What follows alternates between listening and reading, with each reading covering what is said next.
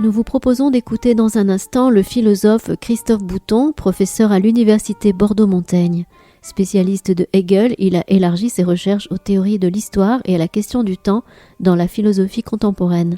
Mardi 3 février 2026, il présentait à la librairie Ombre Blanche « Sur les traces du temps », paru aux éditions de Minuit, un ouvrage qui s'appuie sur plusieurs rapports récents de la philosophie et des sciences de la nature pour interroger la notion du temps. Réversible ou irréversible, défini ou pas, élément irréductible du monde ou forme de conscience. La rencontre était menée par Nicolas Vives.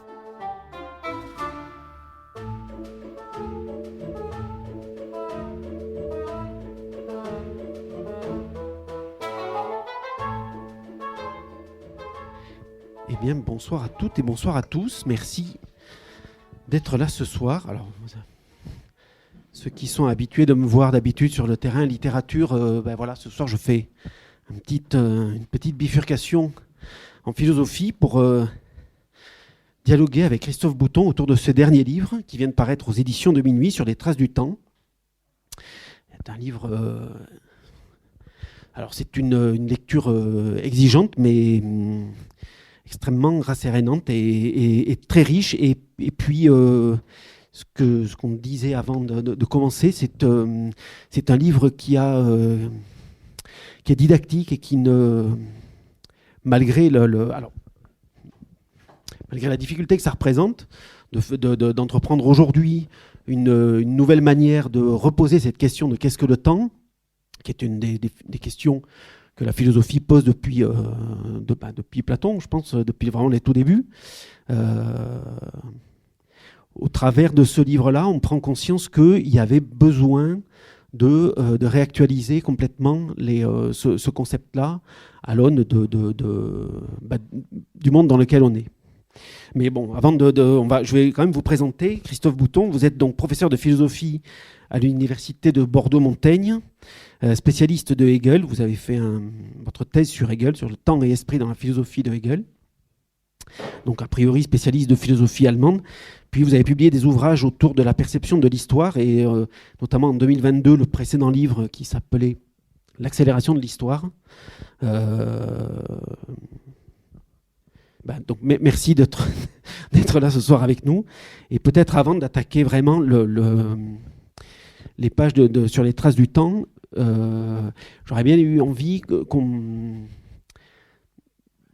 voit comment votre parcours évolue pour passer de cette question de l'accélération de l'histoire à cette question du temps. Où est-ce que finalement le temps, comme vous l'avez entrepris avec Hegel dans votre thèse, c'est quelque chose qui fait partie de vos préoccupations depuis toujours? Je remercie de la présentation. Bonsoir à toutes et à tous. Alors, effectivement, je suis un peu obsessionnel sur la question du temps, je dois dire, parce que j'ai consacré ma thèse à cette question dans la philosophie de Hegel. Et donc, je m'étais aussi intéressé à la philosophie de l'histoire, parce que Hegel a aussi travaillé, écrit sur la philosophie de l'histoire. Et donc, ça a un peu tracé les trois voies que j'ai suivies ensuite, c'est-à-dire j'ai continué à étudier la philosophie de Hegel, à diriger des thèses, à faire des cours sur Hegel d'un côté. Ensuite, je me suis intéressé à la philosophie de l'histoire en essayant un peu de la réhabiliter parce que c'est un genre qui avait été très critiqué avec ce que Lyotard appelait la fin des grands récits. Mais ce qui était très intéressant chez Hegel, c'est qu'il dit la philosophie, c'est son temps saisi par la pensée. Donc chez lui, il y a le souci pour le philosophe, il y a tâche qui prescrit au philosophe de penser son époque dans la profondeur d'une histoire. Et ça, c'est quelque chose qui m'est resté. C'est pour ça que j'ai écrit sur l'urgence, j'ai écrit sur la question de l'accélération, parce que c'était des questions qui me semblaient très présentes aujourd'hui. Et j'ai essayé d'apporter une contribution. Et puis la troisième voie que j'ai suivie, qui est moins collée à l'actualité, c'est la question du temps, qui en fait m'a saisi, si je puis dire, avant même mes études en philosophie, parce que quand j'étais au lycée, j'ai lu La recherche du temps perdu de Proust, donc c'est une œuvre qui m'a passionné, qui est complètement imprégnée de la question du temps. Ensuite, quand j'ai commencé mes études de philosophie après le bac, je me suis rendu compte que c'était une question qui ne faisait pas consensus, qui était débattue et qui était intéressante parce que d'un côté, c'est une question qui est extrêmement concrète, mais comme d'autres en philosophie, le langage, la vérité, le temps, on a tous un peu une prénotion de ce que c'est. On vit dans le temps en permanence, et aujourd'hui d'ailleurs, on est particulièrement sensible, puisqu'on nous dit en permanence qu'il faut économiser le temps, etc. Bon. Et en même temps, c'était une notion, j'ai vite vu, qui est très difficile à définir, qui est source d'aporie, de débat. Donc il y avait un challenge intellectuel de prendre ce concept, me dire, tiens, est-ce qu'on peut arriver à apporter des réponses ? Et dans mon parcours, j'ai réfléchi sur cette question. Et donc bien au-delà de Hegel, parce que je ne voulais pas non plus rester... m'enfermer dans la philosophie de Hegel pour être un spécialiste de sa pensée, parce que je pense qu'être fidèle à Hegel, c'est d'essayer de penser aujourd'hui des questions, de toute façon, et pas simplement penser ce que Hegel a dit. Et donc ça m'a amené finalement à faire ce livre des années plus tard, où je fais un peu la synthèse des réflexions que j'ai pu faire depuis au moins 15 ans, en tenant compte de plein d'autres choses dont on va parler, pas simplement de connaissances philosophiques, mais aussi ça m'a décentré vers d'autres disciplines, en particulier sciences de la nature et la philosophie analytique, qui était au départ pas du tout mon domaine. On va en parler. Mais juste, je me disais que cette idée d'accélération de l'histoire que vous liez, si j'ai bien compris, je n'ai pas lu le livre sur l'accélération de l'histoire, mais que vous liez avec la question de l'entrée de nos sociétés dans l'ère de l'Anthropocène. Je me demandais qu'est-ce que vous pensiez du fait que peut-être on pouvait imaginer que les concepts ne soient pas inamovibles et que les grands concepts philosophiques sont aussi les reflets des époques, et que les choses changent, et que ce qui était valable à l'époque de Hegel ou peut-être même juste de Bergson ne l'est plus forcément aujourd'hui, parce que les concepts ont besoin d'être réactualisés en permanence. Oui, alors ça effectivement, c'est quelque chose aussi que dont j'ai pris conscience de plus en plus. Il y a une histoire des concepts.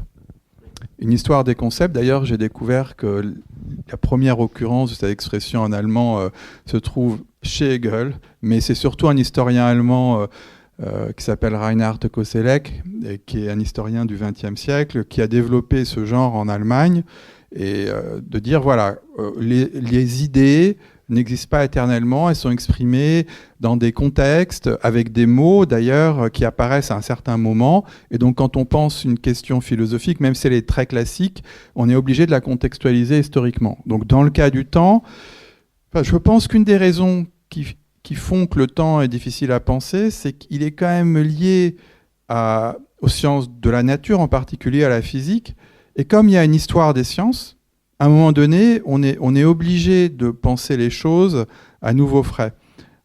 Donc ce qui intervient à l'époque de Kant ou de Hegel par rapport à ça, c'est la découverte de ce qu'on a appelé bien après le temps profond, c'est-à-dire l'idée que l'espèce humaine s'inscrit dans une histoire extrêmement longue et qu'elle n'a pas toujours été sur Terre, et que l'échelle de temps pour penser cette histoire se chiffre en millions d'années. Donc ça, c'est quelque chose qui apparaît à la fin du XVIIIe, début du XIXe. J'avais étudié des textes de Kant ou de Hegel sur les fossiles, surtout d'ailleurs de Hegel, qui s'est vraiment intéressé de près, mais ensuite il y a d'autres philosophes qui se disent, voilà, il faut penser le temps en intégrant cet élément nouveau, qu'il y a une histoire de la Terre, voire une histoire de l'univers qui est extrêmement longue par rapport à celle de l'homme, et qui entraîne ce que j'appelle une ancestralité du temps, c'est-à-dire l'idée que le temps n'a pas attendu l'espèce humaine pour exister, que ce n'est pas simplement une structure subjective de la conscience. Bon.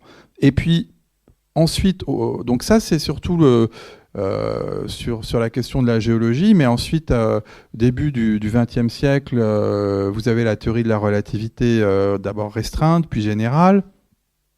Donc moi je ne suis pas philosophe des sciences au départ, donc j'ai dû me former pour essayer de comprendre ce qu'impliquait la théorie de la relativité sur le concept de temps. Et donc on voit bien que ça oblige les philosophes. Alors, à l'époque d'Einstein, c'est Bergson qui est entré en dialogue avec Einstein et qui a essayé, avec plus ou moins de réussite, parce qu'il essaye de maintenir des positions classiques, mais il est quand même allé voir dans le détail pour essayer de penser le concept de temps en tenant compte de cet élément nouveau qui était la théorie de la relativité.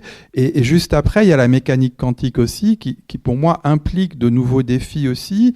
Donc c'est pas un livre d'histoire des sciences, c'est pas un livre de philosophie des sciences, mais j'essaye dans cette enquête philosophique d'intégrer aussi ces éléments nouveaux qui font que le concept de temps, la question du temps s'inscrit dans une histoire, elle a une historicité, et peut-être que dans quelques décennies, ou même plus tôt, il faudra encore refaire un livre parce qu'il y aura des éléments nouveaux qui seront apparus et que finalement on nous expliquera que le voyage dans le temps est possible, physiquement je veux dire, et donc on est obligé de tenir compte de ça. Donc oui, il y a une histoire des concepts qui demande du travail aux philosophes parce qu'il faut en tenir compte. Alors ça, c'est effectivement un des aspects qui fait que le livre est très riche de tout ça. Il va nous apporter des connaissances en philosophie, en métaphysique, en phénoménologie, en sciences de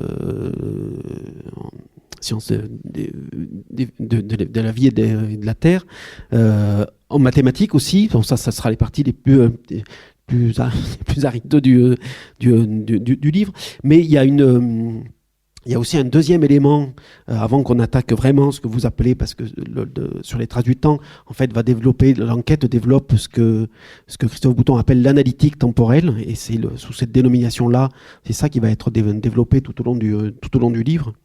Il y a un autre aspect que je voulais au préalable aborder, c'est vous arrivez aussi, c'est ce qui est je trouve neuf dans le livre, vous arrivez à débarrasser la question de qu'est-ce que le temps, de la subjectivité humaine et de la conscience de l'homme. C'est-à-dire que c'est ce que jusqu'à avant vous, personne n'était arrivé à faire, c'est-à-dire de penser un temps objectif en dehors de la conscience humaine. Oui, alors effectivement, j'ai une position qu'on peut appeler réaliste à l'égard du temps, qui peut se formuler de manière très simple, qui dit que le temps est un élément du monde, une structure du monde qui existe indépendamment de l'être humain. C'est-à-dire que on peut penser l'être humain comme finalement faisant partie du monde, mais il est apparu à une certaine époque et il a un certain rapport au temps, que j'appelle la temporalité, qui est liée à l'anticipation, à la mémoire, à la conscience du présent, oui bien sûr, mais la temporalité, c'est cette relation que l'être humain a avec le temps, que j'étudie dans le dernier chapitre, elle présuppose le temps compris comme un élément du monde, j'appelle ça une matrice parce que j'essaye de montrer que le temps, et c'est à l'intérieur, c'est ce dans quoi naît toute chose, tout événement, et donc on n'est pas obligé de penser le temps relativement à l'être humain. Et ça permet de penser une histoire de l'univers, une histoire de la Terre, une histoire de la vie avant l'apparition de l'être humain. Et notamment, alors je peux te donner un exemple très, très concret, mais pour moi, une des déterminations concrètes et qui fait relativement consensus du concept de temps, c'est la succession. C'est-à-dire, le temps, c'est une relation d'antériorité et de postériorité entre des moments, entre des événements. Et donc, si vous faites une chronologie de l'univers, vous avez besoin de la succession, et vous avez besoin de penser que la succession, elle se déroule en ce moment même, mais bien avant que l'être humain soit apparu également. J'avais regardé un peu les échelles de grandeur, l'histoire humaine, pour donner une idée du temps profond. Donc l'Homo sapiens de 100 à 300 000 ans, c'est une tête d'épingle posée sur le haut de la tour Eiffel. Voilà. Et donc il y a de la succession de bas en haut, et donc voilà, il faut essayer de penser un concept de temps qui puisse rendre compte de cette disproportion, de cette incommensurabilité entre l'histoire humaine et l'histoire de la Terre et l'histoire de l'univers. Enfin, avant d'attaquer l'analytique temporelle proprement dit, on va en faire encore un autre petit détour sur ce qu'on découvre, parce que c'est quand même relativement méconnu en France, et vous me le disiez tout à l'heure avant qu'on arrive, ce concept anglo-saxon de philosophy of time, qui a bifurqué de ce que les anglo-saxons appellent la philosophie continentale, donc la grande tradition qui va aller donc de la métaphysique à la phénoménologie. Et eux ont développé au début du XXe siècle, alors John McTaggart et d'autres, mais vous allez nous parler de tout ça, ont développé d'autres manières de percevoir le temps, parce que ce sont des concepts que vous utilisez, la théorie A et la théorie B, et le concept de l'univers bloc. Voilà, j'aimerais qu'avant qu'on attaque vraiment l'analytique temporelle, qu'on ait quelques bases de ça aussi, s'il vous plaît. Alors, aux États-Unis, dans le monde anglo-saxon, ça je l'ai découvert lors d'un voyage d'études que j'ai fait en Australie, parce que l'université de Sydney, j'y suis allé une dizaine d'années, il y avait un Center for Time avec une concentration de spécialistes sur la question du temps. Donc ça m'a attiré, et donc j'ai fait un séjour de recherche d'un semestre, et là j'ai découvert la philosophie of time, effectivement, c'est-à-dire en fait un domaine de la philosophie anglo-saxonne qui est entièrement consacré à cette question du temps, qui a deux parties. Une partie qui est ce qu'ils appellent de l'analyse conceptuelle, c'est-à-dire ils étudient la notion de temps et des notions apparentées, et puis une partie de philosophie des sciences, justement, et notamment d'interprétation de la relativité. Et donc ça, c'est un genre qui s'est développé à partir des années 1930, disons, dans la foulée de l'étude de la relativité d'un côté, et puis aussi, parce que vous l'avez cité, un certain John McTaggart, qui était professeur à Cambridge, a écrit en 1908 un article dans la grande revue Mind, qui s'appelle, je le traduis en français, l'irréalité du temps. L'irréalité du temps. Et ce McTaggart, que je connaissais bien parce que c'est par ailleurs un grand spécialiste de Hegel, qui a écrit sur Hegel à la fin du XIXe siècle, il essaye de démontrer que le concept de temps est incohérent.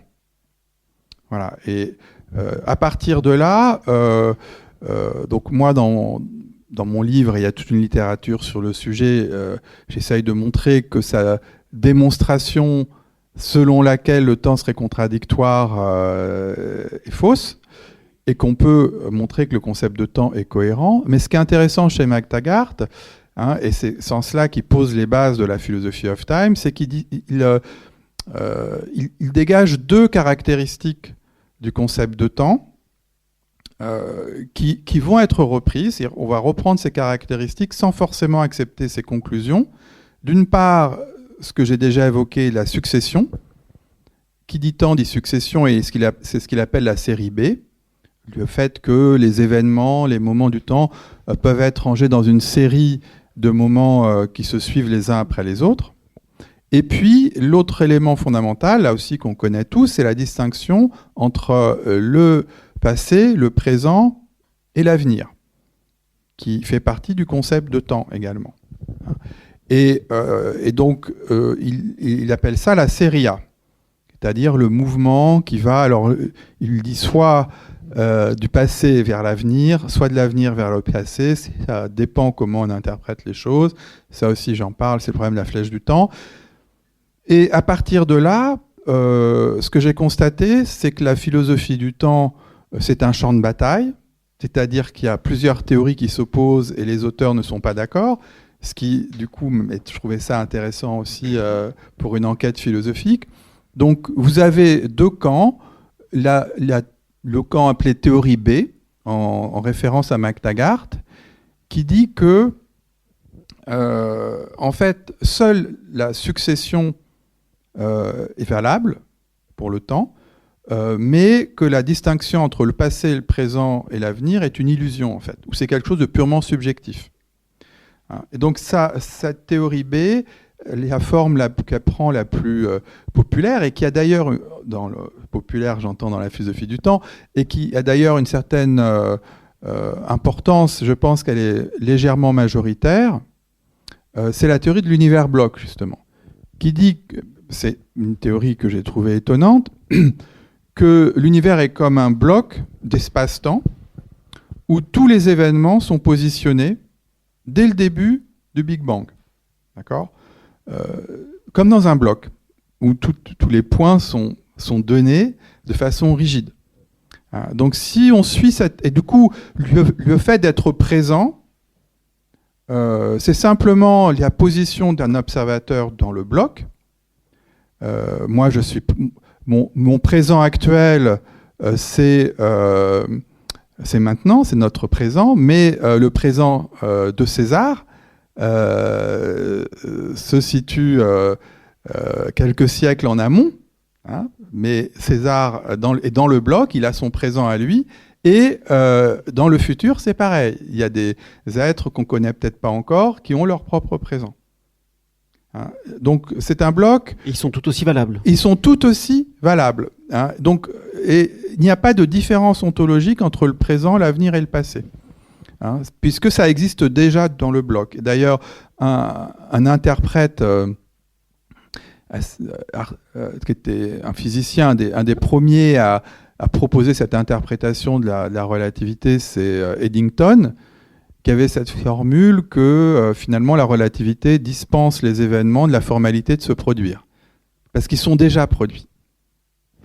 Alors, ça veut dire, moi c'est ce que je disais à mes collègues à Sydney, qui étaient tous presque des partisans du bloc, donc je me sentais, parce que moi j'avais une conception de l'avenir comme indéterminé, que je développe dans mon livre, où tout n'est pas déjà écrit. Donc quand je suis arrivé sur Zone et que j'ai vu cette théorie de l'univers bloc, je me suis pris le bloc, si je puis dire, ça m'a fait un choc, parce que je me suis dit, mais alors, il n'y a plus aucun libre arbitre au sens de choix des possibles. Il n'y a pas non plus de contingence.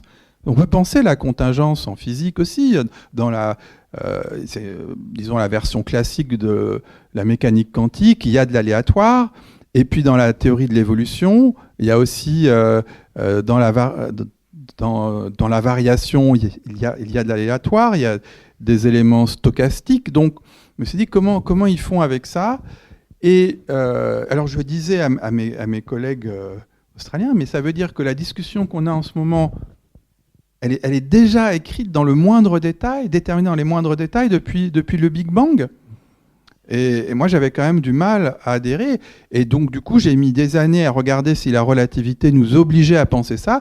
Et j'ai découvert que non, que c'est une interprétation métaphysique de la physique, mais qui n'est pas absurde, hein, mais qui n'est pas la seule possible. Enfin, qui n'est pas absurde du point de vue, quand même, des partisans de l'univers bloc. Et donc, donc ça, c'est le camp B. Alors, dans le camp A, vous avez l'idée de prendre au sérieux la différence entre le passé, le présent et l'avenir. Mais là aussi, on trouve des théories bizarres. Une des théories, c'est le présentisme. Le présentisme qui dit que seul le présent existe. Donc, ils ne prennent au sérieux que le présent. Le futur n'existe pas, et le passé non plus. Alors, évidemment, ça pose des problèmes, parce que comment on peut concevoir une connaissance historique s'il n'y a plus de passé? Alors, il y a plein d'articles où ils débattent de ces questions-là. C'est des gens intelligents, hein, et ensuite, une fois qu'ils ont posé leur thèse, ils vont essayer de l'argumenter, de trouver des réponses aux objections. Mais globalement, le présentisme semblait extrêmement insatisfaisant, parce qu'il n'y a plus de réalité historique, il n'y a plus de vérité historique. Ou alors, si on veut la construire, c'est très compliqué. Et puis, alors, il y a aussi une théorie qui s'appelle l'univers bloc en croissance, qui dit que le présent et le passé existent, mais pas le futur. Donc celle-là, c'est une théorie qui est un peu moins contre-intuitive, mais qui pose quand même des problèmes, parce que moi, je pense que l'avenir existe, même si c'est sous forme de possibilité, et que dire que l'avenir n'existe pas, c'est quand même une thèse lourde qui demande à être justifiée. Et dans mon livre, j'ai cette petite anecdote, cet exemple, j'essaye beaucoup de donner des exemples simples qui parlent au lecteur. le simple fait d'utiliser un agenda, ce qu'on fait tous, c'est un engagement ontologique en faveur de l'avenir. Parce que si vous pensez que l'avenir n'existe pas, c'est pas la peine d'utiliser un agenda. Il suffit d'attendre que les événements surgissent brutalement comme par miracle. Voyez, donc j'ai découvert que ces thèses qui étaient à la racine de ces différentes théories de la philosophie du temps avaient des présupposés assez lourds qui méritaient d'être interrogés, voire critiqués. Bien, on va pouvoir passer donc du coup, après tous ces préalables, à ce que vous appelez l'analytique temporelle, qui est une méthode, hein, c'est la méthode que vous allez utiliser dans l'enquête tout au long du livre. Et dans la plus grande partie du livre, vous placez votre enquête dans ce que vous appelez le monde des choses et des événements. Pour bien faire la distinction entre eux, on ne se place pas dans la région de la conscience humaine pour réfléchir sur le temps. On est dans ce que vous appelez le monde des choses et des événements. Et donc vous commencez par dégager deux éléments constitutifs et fondamentaux intimement liés l'un par rapport à l'autre, c'est d'une part l'horizon et d'autre part la négativité. Si, parce que ce que j'ai pas dit, c'est que et c'est aussi ce qui est très très appréciable dans le livre, c'est que vous ne faites pas une table rase de tout de tout le passé philosophique, y compris de la philosophie of time. C'est-à-dire que vous vous adossez aussi tout au long de l'enquête sur tantôt Hegel, tantôt Heidegger. Et tantôt les tenants de la philosophie of time. Mais voilà, donc l'horizon et la négativité. Parce que par exemple, l'horizon, vous vous mettez dans les pas de Heidegger pour développer le concept de l'horizon. J'avais lu Heidegger dans mes années d'études à Trétan, et j'avais été frappé de cette idée qu'Heidegger avance, que le temps est l'horizon de la compréhension de l'être, et même à la fin de son livre, livre 1927, c'est le livre qu'il a rendu célèbre, il dit « Le temps est l'horizon de l'être ». Et finalement, j'avais trouvé qu'il développait pas complètement cette thèse dans tous ses aspects, parce qu'il dit juste, il explique que, par exemple, les choses sont présentes, elles ont une présence qui suppose le présent. Mais il n'explique pas ce que peut être l'horizon de l'être pour le futur et le passé, et il reconnaît lui-même d'ailleurs qu'à Trétan est inachevé. Donc j'ai pris Heidegger comme point de départ pour essayer de construire un concept de temps qui tienne compte de cette idée d'Heidegger, mais à la différence d'Heidegger, j'ai voulu intégrer dans l'enquête justement la philosophie des sciences, savoir ce que les sciences avaient dit sur le sujet. Donc la méthode que j'emploie, que j'ai appelée effectivement analytique temporelle, elle consiste à utiliser comme une sorte de boîte à outils trois grands domaines. Le domaine de la philosophie continentale, dite continentale, européenne, c'est-à-dire idéalisme allemand, phénoménologie française et allemande. Ça, je pense que c'est finalement à prendre en compte, et la référence à Heidegger est un exemple. Ensuite, la philosophie of time, et également des éléments de philosophie des sciences, même si, encore une fois, ce n'est pas un livre de philosophie des sciences, mais un livre qui essaye d'intégrer des éléments de la philosophie des sciences qui me semblent indispensables pour une réflexion sur le concept de temps. Et alors, pourquoi analytique ? Bonsoir. Parce que, finalement, je fais une analyse du concept de temps, j'essaye de voir tout ce qu'il peut y avoir à l'intérieur.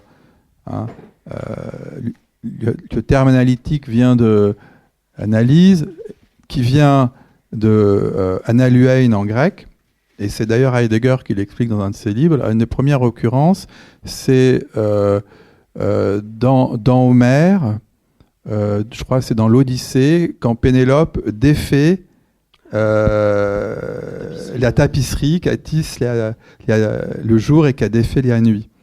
Elle délie, analuein. Et donc, à partir de là, l'analyse, ça veut dire, voilà, c'est quand même aussi une inspiration de la philosophie analytique. On va faire d'analyse conceptuelle, on va voir ce qu'il y a de concept de temps. Donc, il y a la distinction entre passé, présent et avenir, il y a la succession, il y a cette idée d'horizon, c'est-à-dire que le temps englobe toute chose, et il y a l'idée de négativité sur laquelle je vais revenir. Alors, le monde des choses et des événements, c'est que je me suis dit, je vais me focaliser sur ce que j'appelle une région ontologique, qui est le niveau, on va dire, macroscopique qu'on a, nous, en tant qu'êtres humains, au niveau de la perception, c'est-à-dire eh bien, les objets qui sont devant nous, mais aussi les arbres, les montagnes jusqu'aux planètes. C'est ça le niveau macroscopique. Et le point important, c'est qu'en étudiant des ouvrages de philosophie des sciences sur la mécanique quantique, j'ai compris quand même que le monde quantique n'avait rien à voir avec ce monde des choses et des événements, et que par exemple j'accorde beaucoup d'importance à la notion de présence, au fait que les choses ont une présence matérielle qui n'existe que dans l'horizon du présent, et cette présence elle dure, hein, elle subsiste, et ça ne se retrouve pas au niveau quantique, où on ne peut pas parler d'une chose qui dure à travers le temps, hein, puisque les particules ont un comportement très différent. Donc je me suis mis sur ce niveau des choses et des événements, et donc c'était une manière de distinguer du niveau microscopique, disons on est au niveau macroscopique, et aussi une manière de penser le temps, comme vous le dites, pas simplement par une étude de la conscience du temps, ce que je fais à la fin, mais d'abord une étude du temps des choses, au sein du monde des choses et des événements. Alors, comme vous avez parlé de négativité, quand même, je voudrais expliquer ce terme que j'emprunte à Hegel. Donc ça, c'est finalement quelque chose qui m'est resté de ma thèse sur Hegel. Il y a quelque chose qui m'avait frappé chez Hegel, c'est une attention très forte au passage, au fait que dans le temps, il y a de la négation. C'est-à-dire que ce qui est présent devient immédiatement non présent, puisqu'il passe dans le passé. Il a une formule frappante dans la phénoménologie de l'esprit. Il dit que le maintenant a pour être de n'être déjà plus quand il est. Ça, c'est typiquement le style dialectique de Hegel, mais qui décrit, qui capture une expérience que j'invite le lecteur à faire et à refaire dans mon livre, et qui est que dans le présent, vous avez en permanence des événements, c'est-à-dire ce que j'appelle des événements, c'est des changements du monde, c'est pas forcément des grands événements, c'est voilà, des choses qui arrivent dans le monde, hein, des changements, comme des paroles par exemple, des bruits, des changements de lumière. Donc, à partir de là, ces changements se produisent au présent, et à peine ils se sont produits, ils disparaissent dans le passé. Hein, alors il y a plein de passages dans la poésie, hein, les paroles que je dis sont déjà loin de moi, etc. Bon. Et donc, à partir de là, je me suis dit, une philosophie du temps, oui, doit rendre compte de cet aspect-là, et c'est ce que j'ai appelé la négativité du temps, le fait que tout ce qui se produit dans le présent disparaît immédiatement dans le passé. C'est un fait brut, invariant, et qui est très facile à constater. Et qui est très énigmatique aussi. Vous le résumez en disant le temps de la négativité, c'est un incessant passage qui se décompose en trois aspects: le pas encore, qui est la transcendance de l'avenir, le déjà plus, qui est l'évanescence du présent, et le plus jamais, qui est l'irréversibilité du passé. Voilà, c'est-à-dire qu'ensuite j'ai essayé d'analyser, de décortiquer cet aspect du temps, et la négativité, c'est l'évanescence du présent, c'est vraiment là où on fait cette expérience de façon très, très simple et permanente. Ensuite, il y a l'irréversibilité du passé, et il y a aussi le fait qu'il y a une négativité au niveau de l'avenir, au sens où l'avenir n'est pas encore, de même que le passé n'est plus. L'avenir n'est pas encore le présent, mais il y a un autre aspect du temps qui m'a frappé, il y a une sorte de dynamique du temps. C'est ce que j'appelle le procès temporel. C'est-à-dire que j'essaye de penser que les événements suivent un mouvement qui est une sorte de passage obligé. Tout événement est futur, présent, puis passé. Alors, je le fais à chaque fois que je fais une intervention, c'est facile, mais cette intervention, on peut la prendre comme exemple. Elle a été future, elle a été annoncée à ombre blanche, elle a été organisée, elle était possible. Hein. D'ailleurs, pour moi, le futur étant indéterminé, tout événement futur et contingent, il peut ne pas se produire. Il peut y avoir des imprévus qui fait que finalement, il n'arrive pas. C'est un peu ça ce qui est inquiétant dans le futur. Hein. C'est que tant qu'il n'est pas arrivé, il peut ne pas arriver. Ensuite, l'événement devient présent. C'est la présentation actuelle, elle est présente. En fait, c'est une succession d'événements, bien sûr, mais on a un passage dans le présent. Et au bout d'un certain temps, cette présentation sera passée. Le passé est irréversible, c'est-à-dire qu'il ne peut pas redevenir présent. Et il s'éloigne de plus en plus. Et il laisse des traces. Le mode d'être du passé, c'est la trace. J'essaye vraiment de travailler beaucoup ce concept de trace, qui pour moi est le mode d'être du passé. Il y a trace, c'est nos souvenirs, traces psychiques, et puis il y aura aussi traces physiques, puisque, si j'ai bien compris, c'est enregistré, et donc ça va rester un certain temps. Mais l'événement lui-même, en fait, il s'éloigne de plus en plus dans le passé. Donc la négativité du temps, c'est aussi le fait que le futur est toujours moins futur et finit par passer dans le non-futur qu'est le présent, et le présent lui-même disparaît dans le passé qui s'éloigne de plus en plus, mais qui subsiste à travers des traces. Jusqu'au moment où les traces ont disparu, et là, donc, si on joue avec les échelles de temps, hein, alors dans 1 an, 2 ans, 3 ans, ça reste, d'accord. Mais si on prend dans 1000 ans, 10 000 ans, qu'est-ce qui restera, cet événement? On ne sait pas, mais peut-être pas grand-chose. Et donc je me suis aussi demandé qu'est-ce que devient l'événement passé une fois que les traces ont disparu. Mais ce qui m'a beaucoup étonné dans ces investigations que j'ai faites, où parfois j'ai allé un peu à tâtons parce que finalement je ne savais pas ce que j'allais trouver, je me suis dit, mais finalement, la durée de vie d'un événement futur est passée est beaucoup plus longue que la durée de vie de l'événement dans le présent. C'est-à-dire que l'événement dans le présent est file, mais ensuite, dans le futur, je dirais que pour moi, cet événement n'a pas toujours été futur. D'ailleurs, il est apparu le jour où vous avez décidé de m'inviter, ce dont je vous remercie d'ailleurs au passage. Ça me fait plaisir d'être ici, évidemment. Et puis, donc ça a duré peut-être quelques semaines, et puis cet événement va faire son voyage dans le passé après. Combien de temps, nous n'en savons rien, mais sans doute beaucoup plus longtemps qu'il aura été futur, et bien sûr beaucoup plus longtemps qu'il aura été présent. Voyez, et donc ça, c'est quelque chose d'assez mystérieux. À la fois, le présent, pour nous, est fondamental. Il y a quelque chose de spécifique dans le présent, d'où le fait qu'on puisse construire une théorie qui s'appelle le présentisme, qui dit même seul le présent existe. Et en même temps, c'est la zone temporelle où les événements séjournent le moins longtemps. C'est finalement la zone temporelle qui contient le moins d'événements, puisque ça contient bien sûr tous les événements ici, puis qui sont simultanés, mais le passé en contient beaucoup plus. Et le futur, je pense également. Donc il y a quelque chose de mystérieux dans le présent, à la fois pour cette évanescence et pour l'importance qu'on lui accorde. Et toutefois, vous parlez, il y a à 2 reprises, vous revenez sur alors est-ce que c'est une querelle, je ne sais pas, mais sur certains philosophes qui ont fait un primat ontologique sur le présent.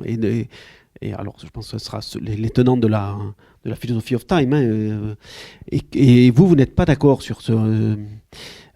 parce que, si j'ai bien compris, vous pensez intégrer complètement aussi dans ce que vous appelez la puissance, qui est l'horizon de l'avenir. La trace, on l'a vu, donc c'est l'horizon du passé, et la présence. Donc la présence n'est qu'un des éléments des 3. C'est pas l'élément primordial des 3. Les 3 sont intimement liés les uns par rapport aux autres. Enfin, tout à fait. La puissance avec la présence et la trace avec la présence. Je me suis dit, il faut prendre au sérieux les 3 dimensions du temps, et donc il faut leur accorder à chacune la même dignité d'existence. Donc j'ai comparé ces 3 dimensions du temps à un triptyque, parce que j'aime beaucoup les triptyques en peinture, avec au centre la présence, qui est l'horizon, qui est la forme de temps dans le présent, il y a trace qui est la forme plutôt de l'être dans le passé, dans l'horizon du passé, et la puissance, ce que j'appelle la puissance, c'est l'horizon, c'est l'être dans l'horizon de l'avenir, c'est-à-dire mon idée, c'est que les choses ont une présence qui comporte des traces, mais elles ont aussi des possibilités, des capacités, des dispositions qui nomment tout ce qu'elles peuvent subir ou faire dans le futur. Et donc les événements futurs existent à titre de possible, mais ils sont enracinés dans la présence, c'est-à-dire dans des puissances, dans des capacités. Et du même coup, on arrive à une image du temps où les trois dimensions présent, passé et futur sont distinctes, mais avec trois formes d'être différentes. Il y a trace, la présence et le possible. Disons comme ça, trace, présence et possible, ou ce que j'appelle aussi le potentiel. Bon. Et alors, il y a des philosophes, effectivement, qui ont voulu accorder un primat au présent en disant c'est vraiment la dimension qui existe le plus. Alors là où ça apparaît le plus, c'est dans le présentisme, qui dit que le futur et le passé sont du non-être, qui n'existent plus. Mais le présentisme peut se trouver dans d'autres théories qui vont prendre le présent comme modèle. On va dire que le futur existe, mais c'est un présent en attente de réalisation. Un peu comme si on avait dit que cette présentation qui se fait en ce moment était complètement programmée depuis le début de l'univers et qu'il fallait juste attendre qu'elle arrive. Un peu comme quand on regarde un film, en fait, où tout est écrit sur la pellicule. Donc pour moi, là, on pense le futur sur le modèle du présent. C'est un présent en attente de réalisation, de même qu'on peut penser le passé aussi sur le modèle du présent, en imaginant qu'il existe ce que j'appelle un grand registre du passé, où tous les événements sont consignés et resteront à jamais. Alors que moi, je pense que le passé n'existe que par les traces, et que du coup, les événements passés sont dépendants des traces qu'ils ont laissées. Et donc, j'ai essayé de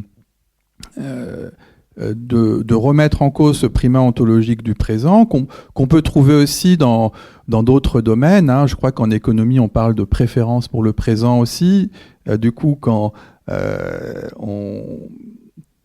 on fait un prêt, ça a un coût parce que il faut payer l'incertitude de l'avenir. On a aussi tendance à privilégier le présent parce que c'est vrai qu'intuitivement, on se dit que l'événement, quand il arrive, a plus d'existence que quand il était simplement possible. Et peut-être que demain, quand cet événement sera passé, on se dira, bon, il existe encore, mais moins quand même que quand il était en train de se dérouler. Donc, ce primat ontologique du présent, il a quelque chose d'un peu mystérieux, et en même temps, ça, j'ai pas fait dans le livre parce que ça dépassait déjà le projet qui était assez vaste, mais ça serait intéressant de voir si en fonction des sociétés, des cultures, ce primat est modulé, différent. Par exemple, François Hartog, pour les sociétés occidentales, parle de présentisme. Donc il y a aussi des époques où peut-être ce primat du présent est plus important. Donc il faudrait peut-être historiciser un peu cette notion. Mais en tout cas, en la prenant au niveau de la philosophie du temps, j'ai essayé de montrer que si on l'appliquait, c'était très réducteur et qu'on aurait du mal à penser correctement le temps. Bergson dit qu'il ne faut pas spatialiser le temps. Ça, je pense que c'est un conseil méthodologique essentiel. Moi, j'ajouterais qu'il ne faut pas présentifier le temps. Et pour bien nous faire comprendre le passage du temps, cette sensation d'écoulement, vous avez utilisé deux très beaux mots. C'est pour le passage de la puissance dans la présence, donc de l'avenir dans le présent, vous utilisez le mot de générescence. Et pour celui de la présence dans la trace, la ruinance.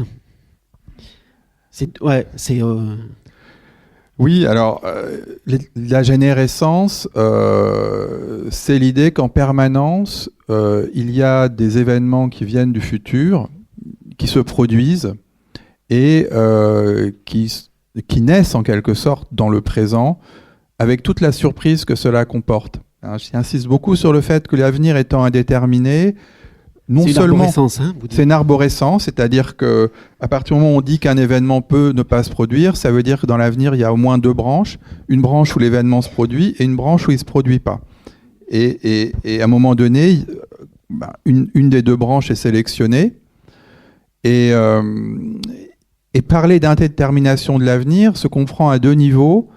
D'une part, que l'événement futur peut ne pas se produire. Il peut y avoir de l'imprévu, il peut y avoir des événements qui finalement échouent à passer de la possibilité à la réalité du présent. Et d'autre part, il y a aussi l'idée que les événements futurs ne sont pas entièrement déterminés, qui sont que esquissés, et c'est uniquement quand ils arrivent dans le présent qu'ils se chargent complètement de leur détermination. Si vous voulez, c'est un peu comme quand on attend un événement. Ça peut être cette présentation, ça peut être une réunion, il y a toujours un effet de surprise. On a beau avoir tout planifié, il y aura un effet de surprise parce que dans le présent lui-même, il y a de la nouveauté, il y a des choses qui naissent au moment où l'événement se réalise, et c'est ce que j'appelle la générescence. C'est-à-dire que voilà, il y a de la nouveauté, il y a de la surprise. Et la ruinance, eh bien, c'est le mouvement inverse, c'est le fait que tout ce qui se produit dans le présent, à un moment donné, disparaît et laisse des traces. Alors, évidemment, la ruine est un exemple de choses qui, petit à petit, passent dans le passé, mais en élargissant le concept, il y a à la fois naissance et mort. Aristote disait génération et corruption. Pour avoir un concept encore plus large, j'ai parlé effectivement de générescence et de ruinance. On va pas revenir sur ça parce que vous en avez déjà parlé. Oui, si, il y avait ce moment où à ceux qui cherchent absolument à donner au temps une valeur causale ou à lui donner des attributs, alors ce sera le temps destructeur, vous répondez, et ça m'a beaucoup intéressé, que le temps n'est pas plus un sujet qu'une chose, et que le temps constitue simplement comme il se constitue comme une matrice du monde des choses et des événements, et le temps constitue simplement comme une matrice du monde des choses et des événements la condition de leur procès dont il dicte les modalités. Et voilà, c'est sur ce concept que le temps est la matrice du monde. Et vous donnez plusieurs sens au mot matrice. Enfin, oui. Le mot matrice, il est très chargé de sens. Je me suis dit, quelle est la réponse, la contribution que je peux apporter à la question qu'est-ce que le temps ? Alors déjà, effectivement, je pense qu'il faut éviter de réifier le temps en faisant un agent.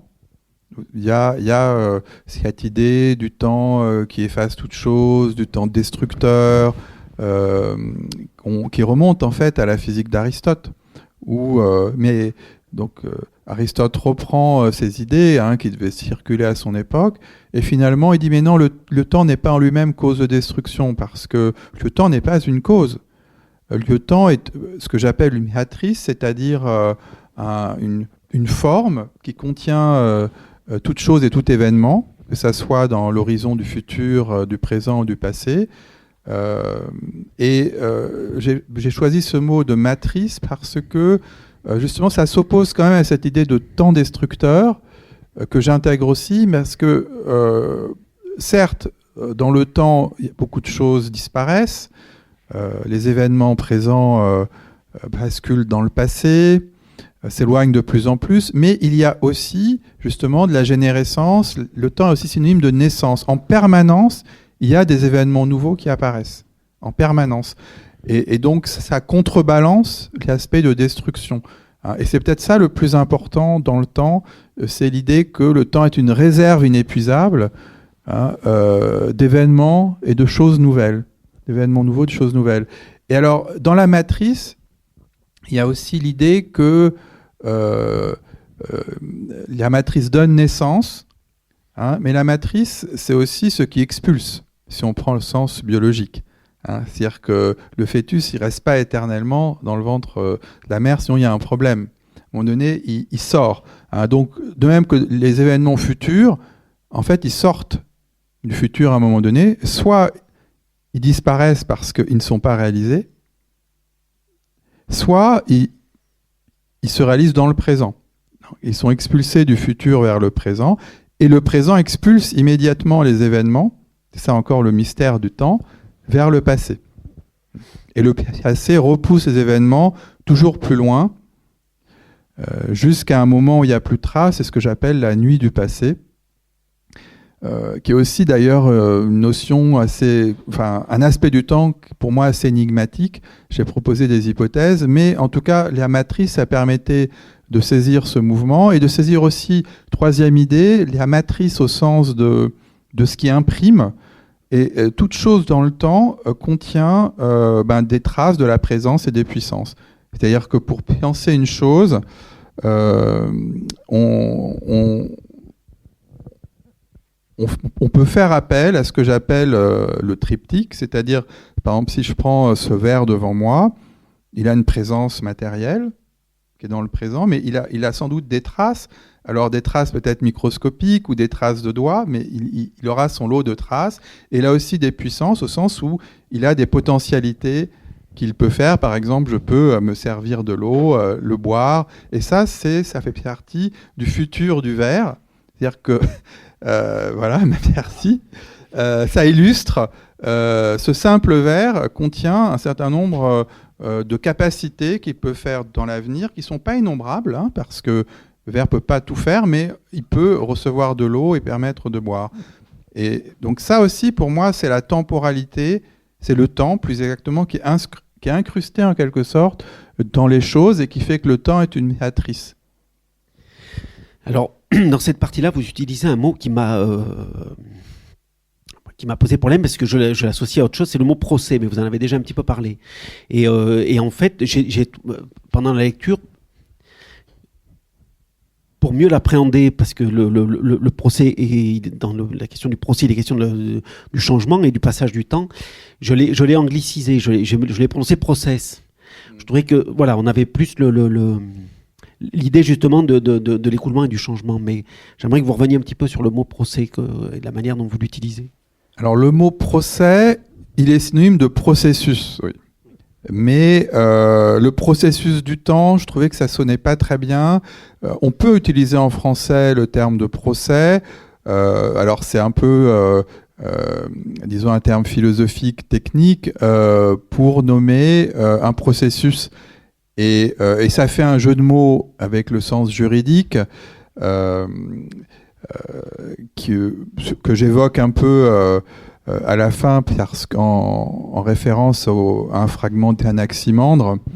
Mais finalement, le sens que je donne au terme, c'est avant tout un sens ontologique, effectivement, de procès, et qui fait référence alors effectivement au terme anglais, ou le terme de process en anglais, et de façon univoque un terme qui nomme du processus.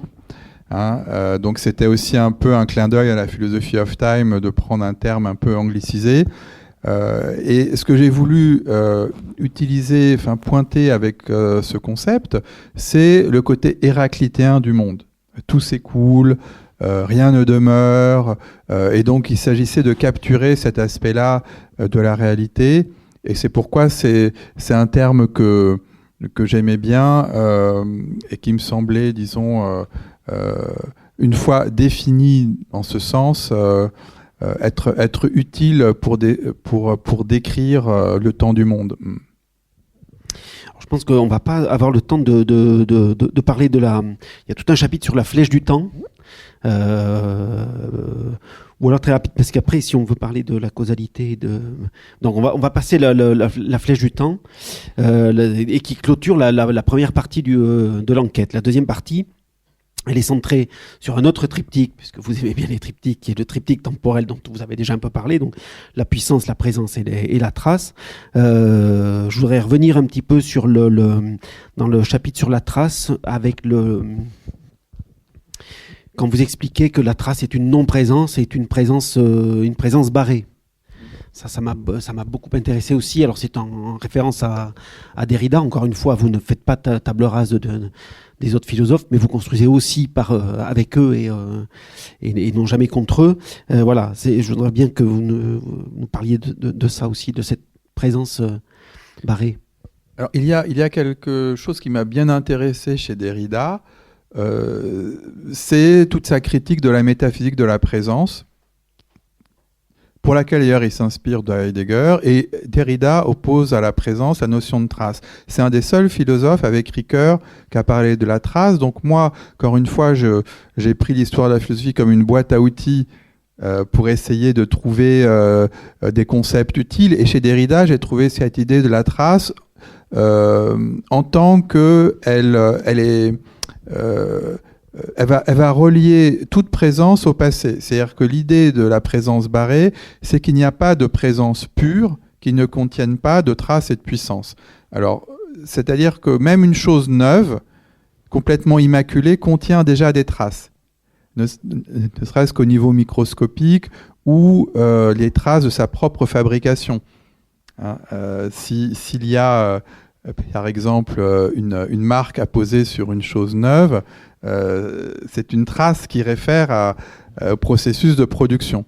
Hein, donc tout ce qui existe contient des traces. Nous-mêmes, en tant qu'êtres humains, nous avons des traces aussi, physiques et psychiques, extrêmement nombreuses. Et pour moi, il y a traces. Donc c'est, dans mon triptyque, si vous voulez, les trois volets sont inséparables. Hein, on peut pas penser la trace sans la présence, mais on peut pas penser la présence pure ne contenant pas des traces. Ça veut dire qu'il y a aussi une historicité des choses, des objets, y compris des choses de la nature, même un rocher. Hein, je donne un exemple des rochers de Fontainebleau, et il m'arrive de me promener, est bourré de traces. Hein, les traces, ce sont les aspects des choses qui renvoient au passé, tout simplement. C'est-à-dire une fissure, un lichen, un choc, des marques diverses et variées, et j'ai essayé de penser les traces comme une sorte de relation objective entre le présent et le passé. Je dis relation objective parce que les traces sont reliées au passé par des lois de la nature. Essentiellement, le paradigme principal, c'est des lois de causalité. Et sur ce plan, l'exemple paradigmatique, c'est typiquement une empreinte de pas. Une empreinte de pas, c'est une trace dans un chemin qui renvoie, selon des règles de causalité, au passage d'un être vivant ou d'un être humain, en l'occurrence, c'est une trace de pied qui est dans le passé. Hein. Donc la trace, ça me permettait de penser le rapport au passé en tenant compte du fait que pour les sciences de la nature, mais aussi les sciences humaines, sciences historiques, la trace est le mode d'accès au passé, c'est la manière dont le passé se donne et peut être connu. Donc la trace, c'est un concept qui est très présent dans les sciences de la nature, dans les sciences historiques, mais que j'ai trouvé sous-étudié. Et donc j'ai essayé de travailler ce concept le plus possible pour essayer de penser le statut du passé. Hein, le passé étant le corrélat d'une trace. Une trace, c'est une relation entre le présent et le passé. Le passé n'est rien d'autre que ce à quoi réfère la trace. Et donc, c'est pour ça que le livre s'appelle d'ailleurs Sur les traces du temps. C'est une idée de mon éditeur Thomas Simonet, mais que j'ai tout de suite accepté parce que ça mettait en avant le caractère d'enquête du livre, et en même temps ça mettait en valeur ce concept de trace que j'ai essayé de analyser dans ses différentes facettes. Et enfin, dernière étape avant de réintégrer dans le tout dernier chapitre la question donc, de la conscience et de l'homme dans l'analytique temporelle. Vous parlez de la causalité, parce qu'avec la succession, c'est l'autre grand mouvement, la causalité. On peut pas se passer de la question de la causalité quand on touche à la question du temps. Alors en effet, au fond, le problème du temps, c'est un peu comme une pelote de laine où il y a des fils qui dépassent. Vous dites, tiens, il y a un petit fil là, je vais le tirer pour voir, et en fait, vous dévidez des mètres entiers, vous avez une autre pelote de laine. Donc, ce que je veux dire, c'est que le problème du temps contient d'autres problèmes, et si vous commencez à creuser, vous êtes embarqué dans de nouvelles difficultés. Donc, En l'occurrence, la causalité, c'était typiquement un problème annexe, distinct, mais corrélé. Et donc, quand j'ai tiré le fil, je me suis dit, oulala, mais il y a un nouveau champ de bataille, il y a de nouvelles difficultés. Mais au lieu de remettre le fil dans la pelote, en le fourrant, en disant, bon, bah, c'est pas grave, je me suis dit, là, quand même, il faut aller voir. Donc, j'ai étudié aussi les différentes théories de la causalité. Il y en a à moins 5 concurrentes. Et j'ai essayé d'apporter une réponse à la question de la causalité dans son lien avec le temps. Le but, c'était quand même d'éclairer un concept par l'autre. Donc le lien entre la causalité et le temps, déjà, c'est le fait que il y a un lien fort entre la causalité et la succession. C'est-à-dire qu'un événement A est cause d'un événement B suppose que l'événement A se produise avant l'événement B. Qui dit causalité dit succession. Il y a une antériorité de la cause sur l'effet. Ensuite, il y a même l'idée d'une théorie causale du temps, au sens où, en physique, notamment dans la relativité, un événement est dit antérieur à un autre si cet événement peut être cause de l'autre événement. Donc la causalité est étroitement liée au temps. Et c'est quelque chose qui s'est maintenu en physique. La succession n'a d'objectivité que si elle repose sur une relation causale effective ou possible. Et alors après, le lien entre la causalité et la fameuse série A, les 3 dimensions du temps, c'est que le rapport entre les événements, entre les choses présentes et qui comporte des traces et le passé, la manière dont on accède au passé par des traces, c'est très souvent des régularités causales. On reconstitue des chaînes de causalité pour comprendre un fossile, par exemple. J'ai une petite section sur les fossiles parce que les fossiles m'ont toujours fasciné. C'est vraiment typiquement un exemple de trace naturelle. Une chose trace même, je dirais. Il faut avoir la maîtrise d'un certain nombre de lois causales pour comprendre comment le fossile s'est formé, etc. Puis comment les déterminations du fossile permettent de comprendre un certain nombre de comportements possibles d'un animal. Bon. Et puis du côté du futur, on peut anticiper des événements possibles à partir du moment où on a des chaînes causales aussi. Il fait que tel événement entraîne tel autre, même si du côté de l'avenir, il y a plusieurs chaînes causales en arborescence, parce qu'encore une fois, quand on affirme que l'avenir est indéterminé, comme j'essaye de le faire, à ce moment-là, on n'a pas qu'une seule ligne causale, mais on en a plusieurs. Donc la causalité constituait un peu les gonds de mon triptyque, des deux côtés, et ça me permettait un peu de terminer, je dirais, pour prendre une autre image classique, d'apporter une nouvelle pièce au puzzle du temps. Voilà, il me semble que c'était important d'ajouter cela. Donc c'est ce que j'ai fait effectivement dans l'avant-dernier chapitre. Et donc le dernier où enfin vous réinstaurez dans le triptyque ontologique la question de l'homme et comment alors puisque depuis le début on était dans le monde des choses et des événements, là on passe au tamis de l'analyse pour la conscience humaine, et ça vous l'appelez l'aura temporelle. Encore une fois, c'est une très belle expression. Alors je remercie. Très évocatrice. Je l'ai emprunté à Benjamin qui dit à propos des œuvres d'art, j'appelle aura d'une œuvre l'unique apparition d'un lointain si proche qu'elle puisse être. Si vous avez l'œuvre d'art là qui est présente, et en même temps, elle est entourée d'un lointain. Alors ce lointain est énigmatique, ça peut être l'histoire de l'œuvre d'art, ça peut être aussi tout ce qu'elle peut apporter.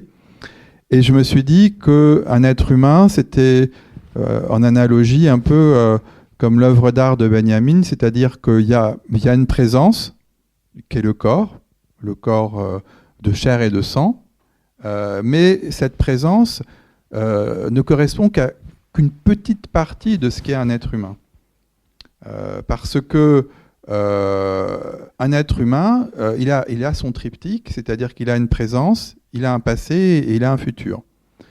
Alors le passé d'un être humain, qui est, je dirais même que le corps, c'est la face immergée de l'iceberg.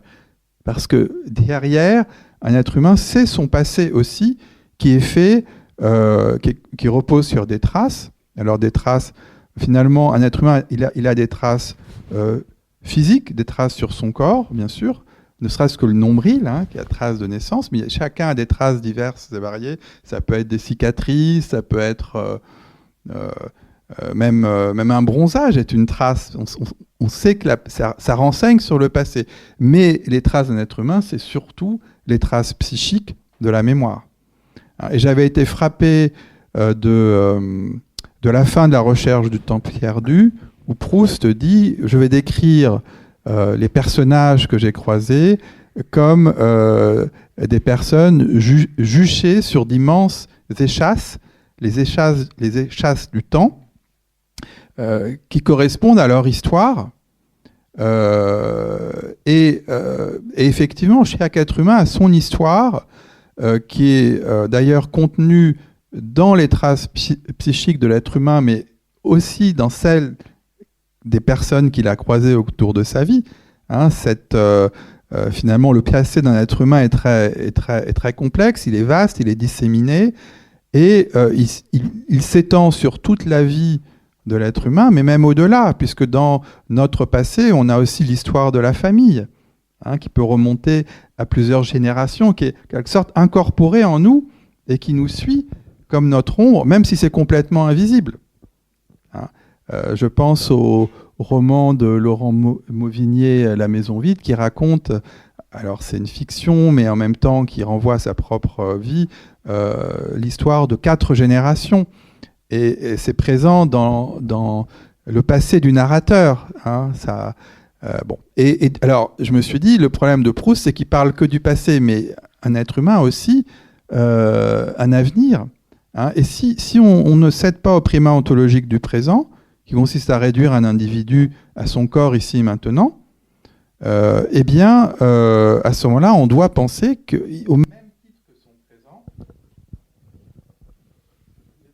là c'est la pile, au même titre que son présent existe donc un passé, un avenir. Alors qu'est-ce que l'avenir d'un être humain ? Ce sont toutes ces possibilités qu'il a, ce qu'on pourrait appeler son potentiel. Ce sont aussi les événements qui sont programmés dans ce que j'appelle son horizon d'attente. Et là aussi, c'est invisible, mais c'est présent quand même. Et c'est la puissance du micro qui ne fonctionne plus. Oui, donc voilà, pour moi, il faut penser l'être humain dans ces 3 dimensions, du présent, de l'avenir et du passé, et c'est ce que j'appelle l'aura temporelle. C'est-à-dire, on voit un individu, on voit un corps présent, mais derrière, dans une sorte de lointain, il y a un passé, il y a aussi un avenir, et ça, c'est invisible, et c'est ce qu'on apprend d'ailleurs à connaître quand on connaît une personne. Ça veut dire connaître une personne, ça veut dire justement prendre connaissance d'une partie de cette aura temporelle. Et parfois, il faut des années, et parfois soi-même, on n'a pas toute la connaissance de sa propre aura temporelle. Et pourtant, ça existe, et pourtant, c'est ce qui fait notre existence. Et ce que je trouve très beau, c'est que aussi l'aura temporelle, vous nous permettez de l'ouvrir à l'ensemble du reste du vivant. C'est-à-dire que, ou à des formes de conscience, on va dire peut-être un peu moins aiguës. Mon petit chat qui est à côté de moi pendant ma lecture, tout d'un coup, il a aussi une aura temporelle, et on peut le pousser aussi aux armes. Enfin, je veux dire, vous êtes suffisamment inclusif dans votre analyse pour aussi nous permettre de penser à ça. Oui, effectivement, je pense que l'aura temporelle, c'est un concept que je propose, mais ensuite on peut l'y adapter au vivant en général, parce que je ne fais pas de l'être humain un être à part. J'aime bien la phrase de Spinoza, même si je ne reprends pas son déterminisme. L'homme n'est pas un empire dans un empire.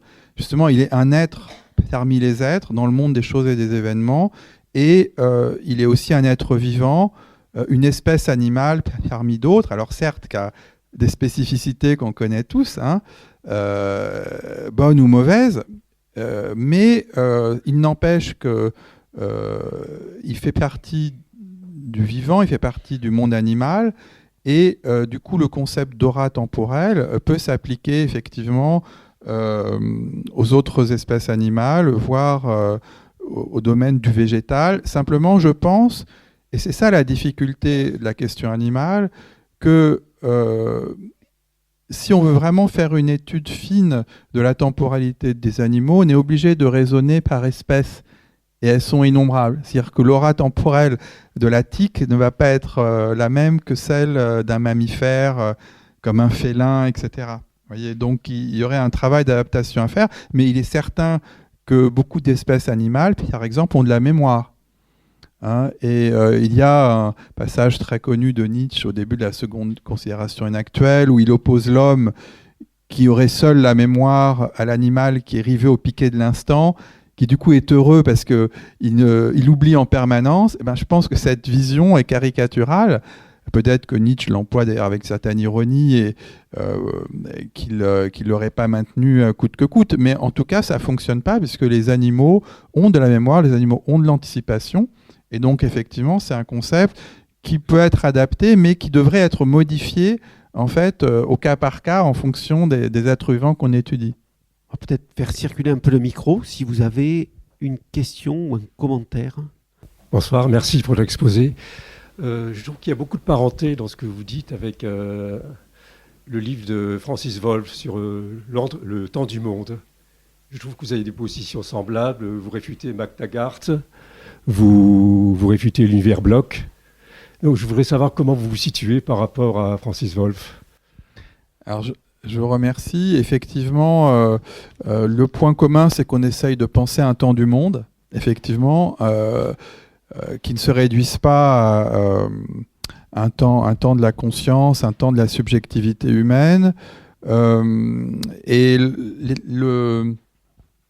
la différence que j'ai avec son ouvrage, que je connais, en plus j'en ai fait une recension dans La vie des idées, et je le mentionne dans mon livre, donc pour moi c'est une contribution importante. Il a aussi ce souci d'allier la tradition continentale avec des auteurs anglo-saxons qu'il connaît.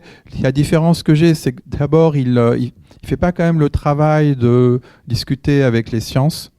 C'est pas son point. Bon, et surtout, ensuite, il a un peu une vision du temps où le passé n'existe, où le futur n'existe pas, et où le passé existe moins que le présent, hein, puisque le passé c'est l'existence par opposition à la fiction. Et là, je le suis entièrement. Hein. Il y a une réalité du passé qui n'est pas de l'ordre de la fiction, ce qui permet d'ailleurs de penser à science historique. Et ensuite, le présent a quelque chose de plus du passé, parce que non seulement c'est différent de la fiction, mais c'est posé dans le monde, dans le présent, justement. C'est-à-dire que il y a une sorte de surplus d'être du présent qui fait que, pour moi, il est encore dans le primat du présent, parce que le futur n'existe pas.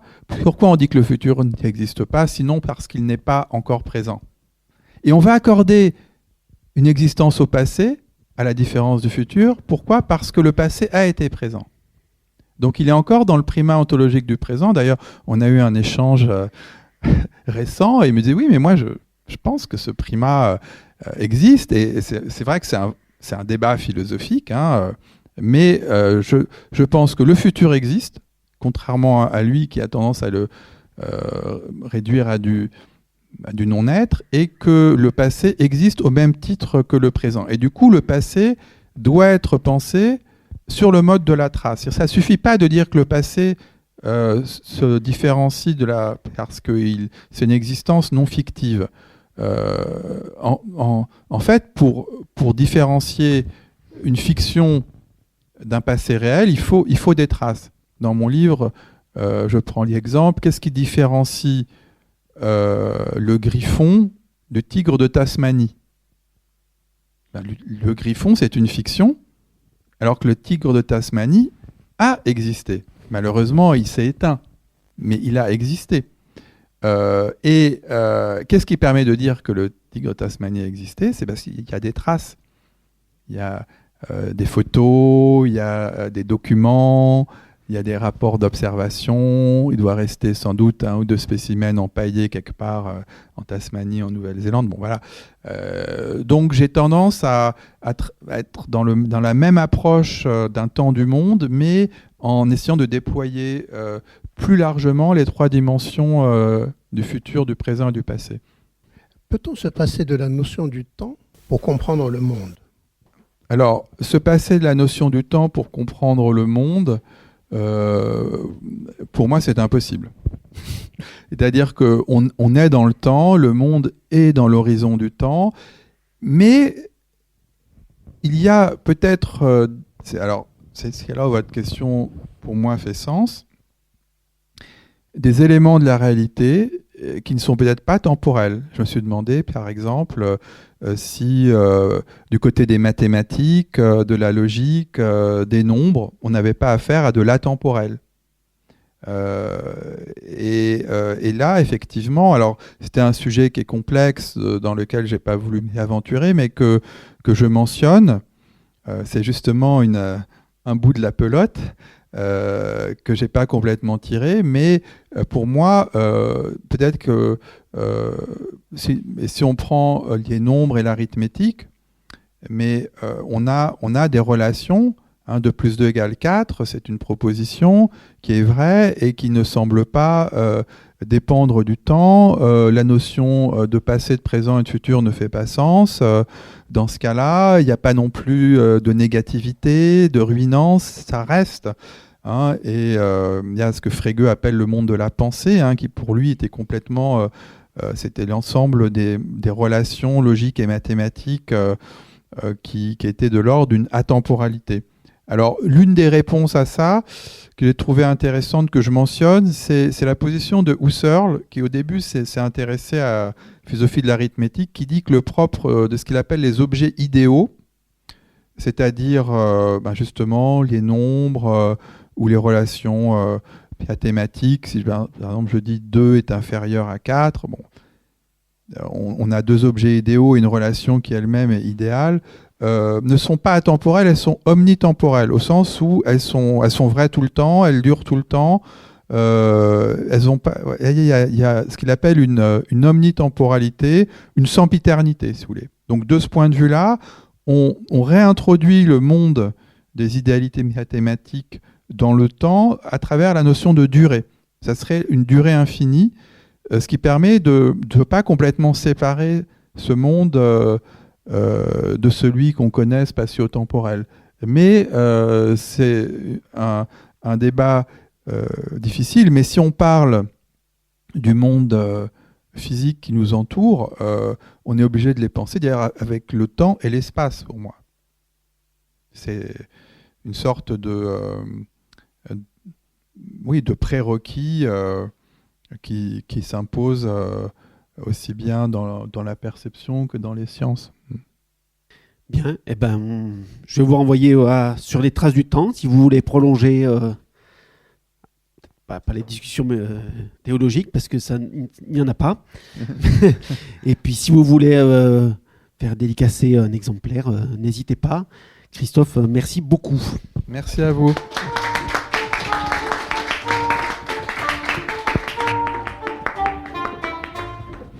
L'ouvrage de Christophe Bouton sur les traces du temps est publié aux éditions de Minuit.